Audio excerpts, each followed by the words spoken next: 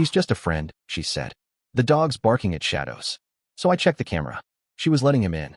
Every night. 2 a.m. Next night, I left the door unlocked. Then I sat on the porch, clipped off the leash, and let the dog greet her friend first. The first time the dog barked at 2 a.m., I thought it was just a raccoon in the trash. I got out of bed, rubbed my eyes, and walked downstairs in my boxers, grumbling. The dog was posted at the front door, muscles tensed, growling like something was out there. But when I opened the door, there was nothing. No movement. No sound. Just the quiet hum of the street lamp and a few crickets chirping in the bushes. I checked the porch, then the driveway. Nothing. The dog sniffed the air, circled the gate, then sat down, restless. I locked up again and went back to bed. My wife was scrolling through her phone with the brightness turned down. She asked what it was. I told her the dog's been jumpy lately. She shrugged and said, "He's getting older. Probably just barking at shadows." But it happened again the next night. Same time. 2 a.m. Barking, then growling. Then a single loud thump against the back door. I rushed down, heart pounding this time, thinking maybe someone was actually outside. Again, nothing. The gate was slightly open. Our motion light clicked on 5 seconds after I stepped outside. I mentioned the open gate the next morning. She didn't even look up from her coffee. Said it was probably the wind. Maybe a neighbor forgot to close it. Maybe I forgot to latch it myself. She offered too many answers, all too fast. That's when I started paying attention. The following week, I noticed a pattern. She started taking long showers just before bed. Her phone was never more than a few inches from her. Even while cooking. Even in the bathroom. One evening I passed by the guest room. Door closed, and I heard her laughing softly, but not like she was on the phone. More like she was whispering. I didn't knock. I didn't ask. But I started digging. First, I checked the trash. Not proud of that, but I needed something. Inside one of the empty grocery bags was a receipt from a gas station 5 blocks away. 2 energy drinks, a box of condoms, and a disposable toothbrush. The timestamp, 1:42 a.m. That same night, the dog had barked like crazy again. She told me it was probably a squirrel.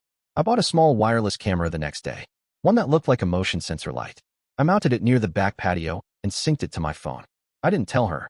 That night, I waited for her to fall asleep before stepping outside and checking the angle. It captured everything: door, yard, and the side gate. I didn't sleep that night. I just watched the feed on mute from my office. At 1:57 a.m., she got out of bed. At 1:59 a.m., the dog stood up and started pacing toward the stairs. At 2:01 a.m., the gate moved. At 2:02 a.m., she opened the back door, carefully, like she was listening for my footsteps. A man stepped in. Not some random stranger. Not a thief. A man she'd introduced me to months ago at a company cookout. The one she'd said was just going through a rough breakup. She'd insisted he was harmless. A little lonely. Needed friends. He looked very comfortable. The worst part? The dog didn't bark. He wagged his tail when the man approached.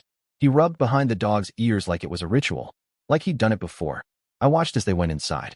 The hallway light turned on. Then off. Then the bedroom light. I don't remember how long I sat there. Maybe 2 hours. Maybe more. I never moved. I never even blinked when she crawled back into bed next to me, smelling faintly of sweat and some brand of deodorant I didn't wear. The next day, I acted normal. Kissed her forehead. Fed the dog. Went to work. But something had shifted. Every second she smiled. Every word she spoke. It all sounded like background noise now. Something was broken, and I wasn't ready to fix it. I needed to be sure. So I let it happen again. And again. I saved every video. 3 nights in a row. Same time. Same man. Same door. But something in me snapped the 4th night, right as the gate opened again. The dog was already whining low in his throat, pawing at the back door. I looked at him, then at the leash, then back at the time on my phone. It was 1:55 a.m. I stood up and clipped the leash on. Sat down on the porch with him. I waited. I didn't say a word. The yard was quiet. The leash rested loosely in my hand. The dog sat beside me, ears alert, eyes fixed on the side gate. He already knew. Maybe from scent. Maybe from routine. Maybe just instinct. Either way, he didn't bark this time. He waited. At 2:01 a.m., the gate creaked open. No hesitation. Same man. Hoodie. Sneakers. He walked like he owned the place. He stepped onto the stone path. The dog tensed. No growling. Just readiness. I stood, stepped to the side, and let the leash drop. The dog bolted. There wasn't even time for a reaction. 1 second the guy was checking his phone. The next he was on the ground, rolling, screaming, trying to shield his face. The dog didn't aim high. He latched onto the man's thigh first, tore through the fabric, then bit again just above the knee. Blood sprayed across the stones. The guy tried to crawl back toward the gate, kicking wildly, but the dog kept at him. Not killing, not mauling, but making sure he knew he wasn't welcome. I didn't say a word. I didn't call the dog off. I didn't shout. I just watched. The back door flung open. She came running out barefoot, robe slipping off one shoulder. She screamed his name like she was the one in danger. The porch lights from 3 houses lit up. A neighbor yelled from behind a curtain. The guy was shrieking now, trying to drag himself out of the yard. She slipped in the mud and nearly fell trying to grab the dog. I stepped forward, finally, and gave a sharp whistle. The dog stopped, turned to me, tail wagging. The man lay in the grass, shaking, clutching his leg. She kneeled beside him, frantically dialing her phone, voice cracking as she said he needed help, that there had been an attack, that a dog had gone wild. She didn't look at me. The ambulance showed up fast, 10 minutes, tops. Police came right behind it. One of the EMTs wrapped the man's leg and muttered something about needing a rabies test. The officer asked me what happened. I told him the truth. The guy was trespassing. The dog was off leash on our private property. I was sitting on the porch when I heard screaming. I pointed out that the man had entered without permission at 2 a.m. The officer jotted that down. He asked who the injured party was to us. My wife answered too fast. He's just a friend. I didn't respond. They loaded him into the back of the ambulance. She climbed in with him. Didn't even grab her shoes. Her eyes passed over me, flat and unreadable. I gave the dog a pat on the head and went inside. The house was silent. Too clean. Too bright. I sat down at the kitchen table, pulled up the camera footage on my phone, and watched it again from start to finish. I saved the clip, then saved it to a cloud folder. Labeled it with the date and time. Sent a backup to my work email. Sent a second one to a private drive she didn't know existed. By sunrise, the door still hadn't opened. But then came the knock. 2 officers. One wore a badge. The other wore a clipboard. I let them in. They asked about the dog, his behavior, his medical history. They wanted to know if he'd shown any signs of aggression before. I told them no. Showed them vet records, shot schedules, notes from a trainer. They looked unimpressed. Then the officer with the clipboard said something strange. We've received a report suggesting the dog may have been drugged prior to the incident. I asked where that came from. They wouldn't say directly, but I didn't need to guess. I asked what kind of drug. They said amphetamines, possibly mixed with raw meat or protein paste. I asked if the accuser had submitted physical evidence. They said she claimed the dog's behavior had been erratic lately and that she suspected intentional provocation. Claimed I'd been acting aggressive toward her and her friend for weeks. Aggressive? I opened the app on my phone and played them the clip, her opening the door, her letting him in, her whispering while the dog looked on like it was nothing new. I didn't add commentary. I didn't need to. The officer watched the full 5-minute segment in silence. He asked if I had others. I did. I showed him timestamps. Playbacks. All showing the same thing. A trespasser. Repeated, nightly trespassing. Welcomed by someone who was now claiming I had orchestrated an attack.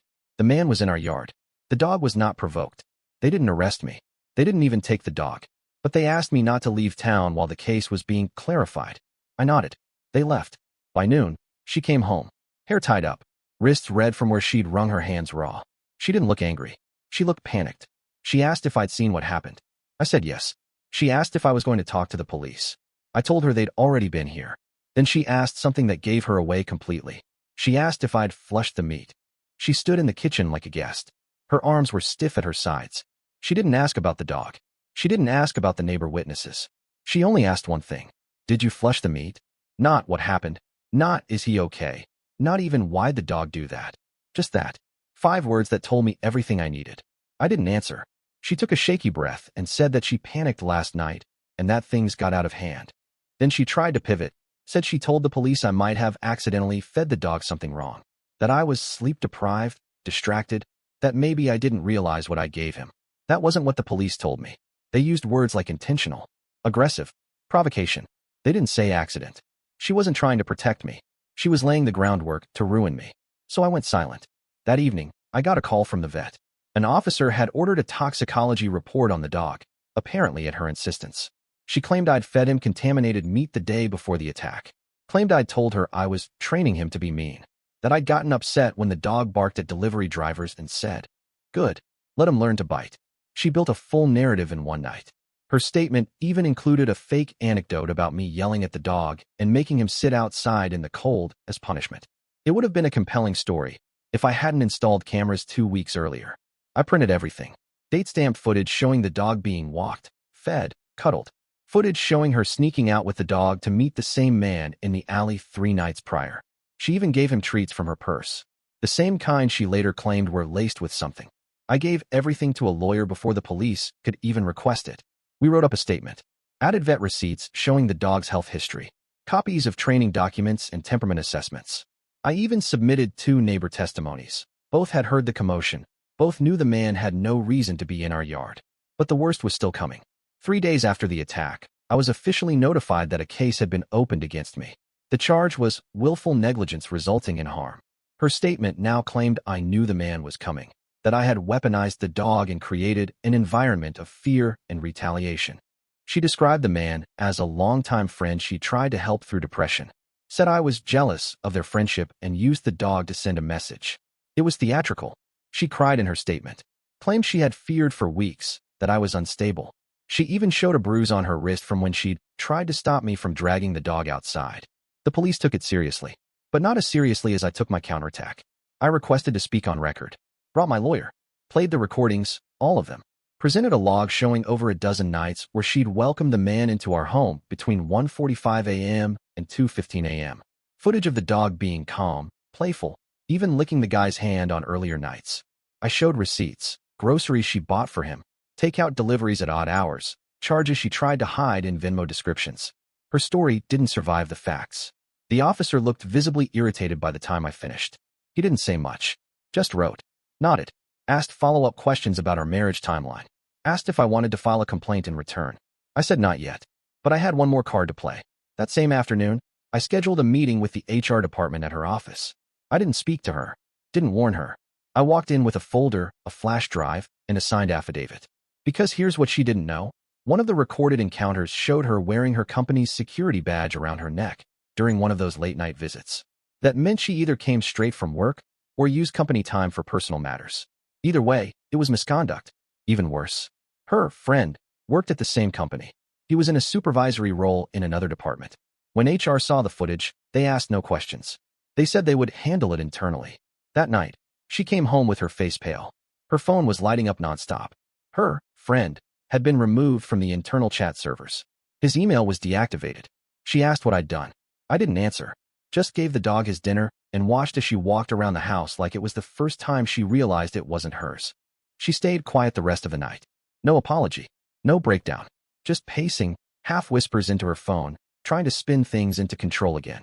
I could hear the desperation in her voice. She wasn't worried about me. She was worried about the fallout. HR, her reputation, her married coworker. She still thought she could salvage something. The next morning, I sent 2 emails. One went to her lover's fiancé. I'd found her through an old tag in his photos. I didn't write a single sentence in the message, just attached the footage, clearly dated, showing her fiancé sneaking into my house at 2 a.m., multiple times, being greeted by my wife. The second email went to the local HOA. I sent them the full police report, my cleared name, and footage of the man entering the property multiple nights uninvited. I included timestamps showing how she'd claimed it was shadows while actively inviting him in. I requested a copy of the HOA bylaws regarding illegal entry, noise complaints, and false reporting by residents. By noon, the police had closed my case. The toxicology test on the dog came back clean, no trace of drugs, no behavioral enhancers, just normal, high-protein treats in his system, same ones she used to carry in her purse. The officer called and apologized, not in so many words, but enough to make it clear I was off the radar.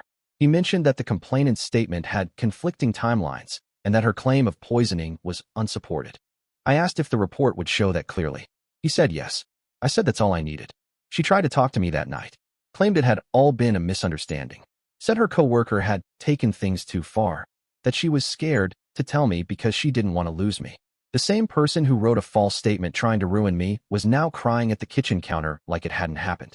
She asked if we could rebuild, that we should talk to someone, that this didn't have to end like this. I told her there would be no rebuilding. I told her the landlord had already received my request to remove her from the lease. I told her the footage had been sent to her job, to her coworker's fiancé, to the police, and to 2 lawyers. Then I told her about the vet bill she would be paying, not as punishment, but because the dog had been under stress and needed a full evaluation, extra boarding time, and behavioral assessment after what she caused. She asked if this was revenge. I said no. Revenge would have looked very different. This was just accountability. The next day, she didn't go to work. She packed a bag, slammed some drawers shut, cried loud enough that the neighbors probably heard, then stormed out. She thought that would be the end. It wasn't. 3 days later, her HR office notified me that her access card had been deactivated. She was placed under review for inappropriate workplace conduct and misuse of company time. Her lover was quietly removed from his position. Internal email accounts scrubbed, not fired, but transferred somewhere far from client-facing roles. His fiancée posted a story that night with her hand over a glass of wine and a note beside it that read, "Freedom tastes clean." That same day, a notice came from the HOA. Due to the number of complaints, the late-night noise, and the police visit triggered by her false statement, her conduct had been flagged for review. She was banned from HOA board participation and issued a written warning. One more strike, and she'd be evicted from the neighborhood registry entirely. And me? I filed a formal separation. Not divorce yet, but the documents made it clear that shared property was under full review. The dog's vet file had already been transferred to a new clinic, and the chip ID updated with my contact only. I moved out the following weekend. Left before sunrise. Took nothing except a few bags, my documents, my laptop, and the dog. The house was still. The fridge was empty. She hadn't bought groceries in days. I left the keys on the counter, wiped down the stove, and patted the dog on the head. As we stepped outside, I looked back once. Just long enough to see the porch where everything started, where the leash had dropped, where the bark had warned me, where I stopped trusting her. The dog climbed into the back seat like he already knew this was the final stop. We drove off without looking back. No voicemail, no texts, no warning, just the sound of tires on clean pavement, and a dog that finally slept through the night. And that's the story. If you're still here, that means you're one of us. So go ahead, hit that subscribe button. I drop new chaos every single day, and trust me, tomorrow's story, it's even worse than this one.